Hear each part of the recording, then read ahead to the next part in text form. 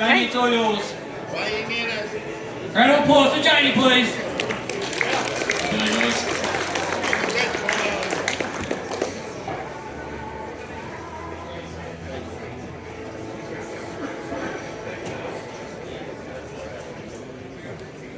I'd like to welcome the Ninja back on stage.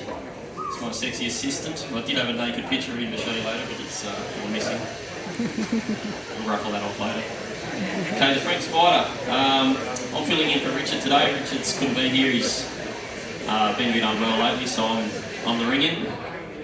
I've been selling these machines for about 5 years now, and sold about 20, 25 of these things, and had a demo for about the whole time as well. So got lots of use, lots of experience on it, and yeah, they're a great machine. So that's part of that group. Yep. Alright, so a lot of these photos, just from my gallery, when we're mucking around with Nath on the floor. So we've done a few comparisons with all the machines. They're all good machines. We find the Spider's probably the most versatile, sort of do everything machine.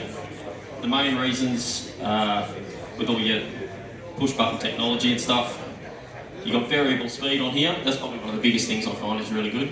So the variable speed goes from 50 RPM up to 500, or 450 I think.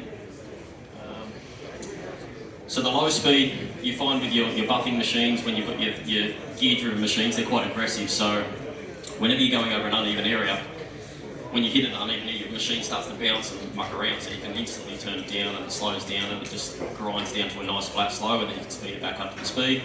That obviously helps. High-speed burnishing, it's good, like if you're doing any buffing for the high-speed sort of things. I don't use the high-speed a lot. Going up to 450 is pretty heavy duty, so I don't use that a lot, but if you're buffing off a dry oil or the next day, it's pretty good, or working over a big area with a screen. The low speed's also good for oiling, as you've seen earlier today with the Loba demonstration. It's, you don't spit the oil, so a lot of the machines, if they're only one speed, they tend to, you either get the spits as you're doing a stain, or they'll go up the wall, or so you can turn it down to whatever speed you want, and get the oil into the timber, and then sort of burnish it back up once it gets a bit dry. So that's quite a good benefit of that as well. So that variable's like instant. It's limitless basically because of the computer chip that runs into the back of this. It's not like a click, 3 or 4 clicks. It's like instant. So we'll show that in a minute when we give it a bit of a sand, how it goes up and down. The weights of the machine. So the machine's really good to get inside and out of jobs by itself with nothing on it. I think the machine weighs about 40 kilo, 42 kilo. These permanent wheels that don't click on or off, they're really easy to move around. You can lift the machine up really easy. Once the weights start going on, the head, which you can see over here, feel free at any time to come and lift that up, but it's about 20 kilos. So with the machine plus the head, you've got a 15 kilo weight it comes with, and you can add another 15 kilo weight, so it comes to about 90 kilos on the floor. So there's not a lot of rotary machines that sort of handle that sort of weight. So if you're doing rough sanding, a lot of the guys that have got these machines, they'll start off by rough sanding the edges, so like a 50 or a 40 or something really rough like that on the floor, slow it down, and they'll just do the perimeter, and they'll get within, how far is it going over? How close to the edge you get? Just under an inch, yeah, close to an inch, so it cuts down on your edging as well. So flattening the edges prior to actually bringing the big machine out, it definitely helps.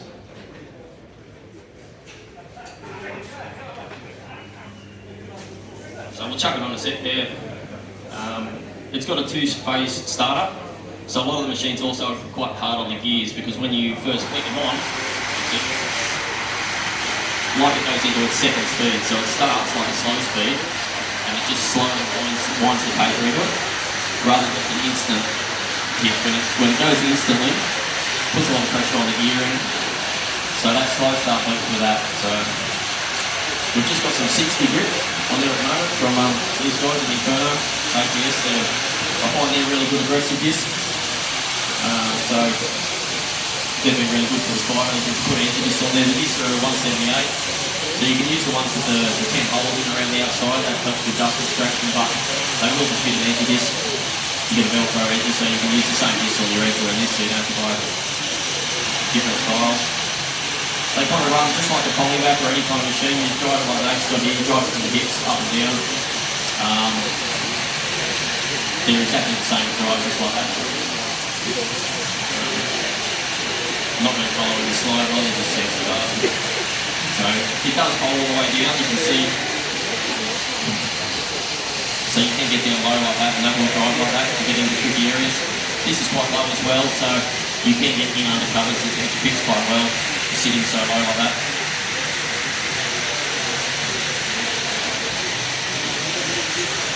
All of that. So that's basically what it comes with. You've got your standard plates, your multi-disc heads. So you don't have to have multiple machines in the van. This will pretty much do everything. Besides the big machine, obviously this is the rotary, so you don't need a separate rotary, separate polyvac for screening. This will do the sanding. Usually, and then you change the patch over. You've got your standard head there, you put your patch on the screening. There's a few other attachments that come with, or sorry, it doesn't come with it, but you can add to it. The brush system. There's two styles of brushes. There's a 46 and I think a 60 nylon brush, and a wire brush as well. So the wire, you can use that system there for brushing out soft grains or oaks and things like that, so you get that brush effect through light coloured timbers and soft grain timbers. We also use it on decks. We've done a heap of decking work. I think I've got some pictures of the decks. There's the weights. We've got a dust separator here somewhere over here. They always work with those. They do tend to work well with the dust separators. They because they're such an aggressive machine, they do take a lot of stock off the floor. So running a separator just means you're not emptying the vacuum all the time. So unlike the normal just free spinning machine, these things take twice as much timber off the floor, so they'll work a lot more aggressive. So you do have to just find a worse with that. There's the brush system there. They'll go over uneven surface with that, so decks that are up and down, good for cleaning up, and we've done lots of different things with them. They sort of, you don't realise what you're going to do with it until you got it, and then you start using it, all of these different things. So there's some of the brushing on the oaks. The picture on the right there is my house.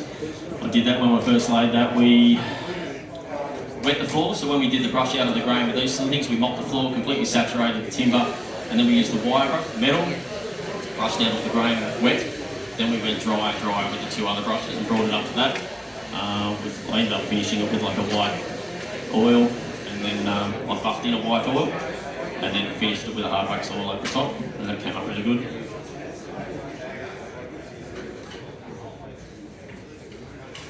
And some other decks. I did that, that's just the cleaning one. The picture on the left there was just when we were washing. Just got a really aggressive standard pad, like a black or an emerald green. I think some of the distributors sell them. They're the most aggressive cleaning pad. So washing the deck, I use that after sanding, and it just scrubs out all the grain too. It helps with the penetration of the chemicals and getting them ready to coat. Diamonds. A lot of people think they're for concretes. I suppose you could use them for concrete. They were originally designed to take off coatings. If you're doing like aluminium oxide finishes on, say, bamboo or some of the hard pre-finished timbers, you can use those things to cut through the coating so you're not burning through too much sandpaper. If you tried using just sandpaper with one of these machines, they tend to burn through a lot of sandpaper while you're trying to get through that hard coating. So a lot of guys get them just to in that pre-finished type thing, and then sort of follow up with the sandpaper.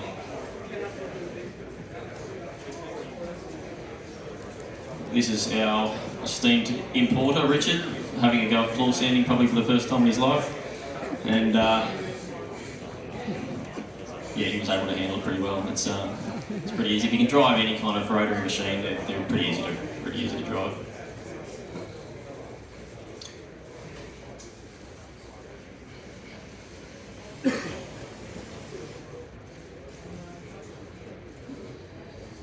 So the only other thing here is, just put this. At the back of the machine there's a We have a knob here that drives down. Just put the machine up and play it back.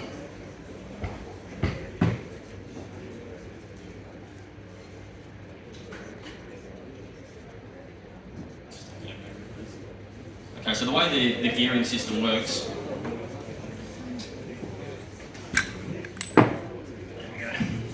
so under this, the chain driven. So that knob there, basically driven from the centre, when it hits that, that's what drives the gear. So if you want it planetary with no gear, you just lift that up and click it off and it turns into free spinning. It's a little bit better for fine sanding. And obviously you put the gear in and run the gear system when you're doing more aggressive sanding. I've never really used it much with the free spinning. I find you just change your sandpaper and use it. Get the gear on all the time, it works really well. Yeah, Rich is where there's a few distributors around. I'm down at Tweed Heads at Floor Sanders Trade Supplies. We've got Josh at Marquis Flooring, he sells them as well. They're doing a bit of a New South Wales, they're all the distributors here. Abbey Timber, Alex Lynn, Woodcreek in Victoria, Tassie, and Bosch is the importer in Western Australia. There's a few machines in the country at the moment. They're doing $500 worth of free sandpaper that goes with it. It's probably a few bargains to get around, but I've found it's one of the most versatile machines in this category. And like I said, I've sold about probably 20, 25 of these machines. I can't remember how much, but I haven't had one person that's been, you know, it is a little bit more expensive. These things run at about the price of a big machine. So, you know, they're up over 10, 12 grand. But I haven't had anyone disappointed with their buy. Everyone that buys them thinks, you know, they're always impressed with them and they don't get any buyer's remorse. So, other than that, we're going to leave this on the stage for a sec. So if anyone is interested in maybe having a look or having a play, feel free. We're finished up now, so yeah, come up and say good day, and I'll run you through. You can have a good play with it and see what you think. Thank you. Any questions? Yeah.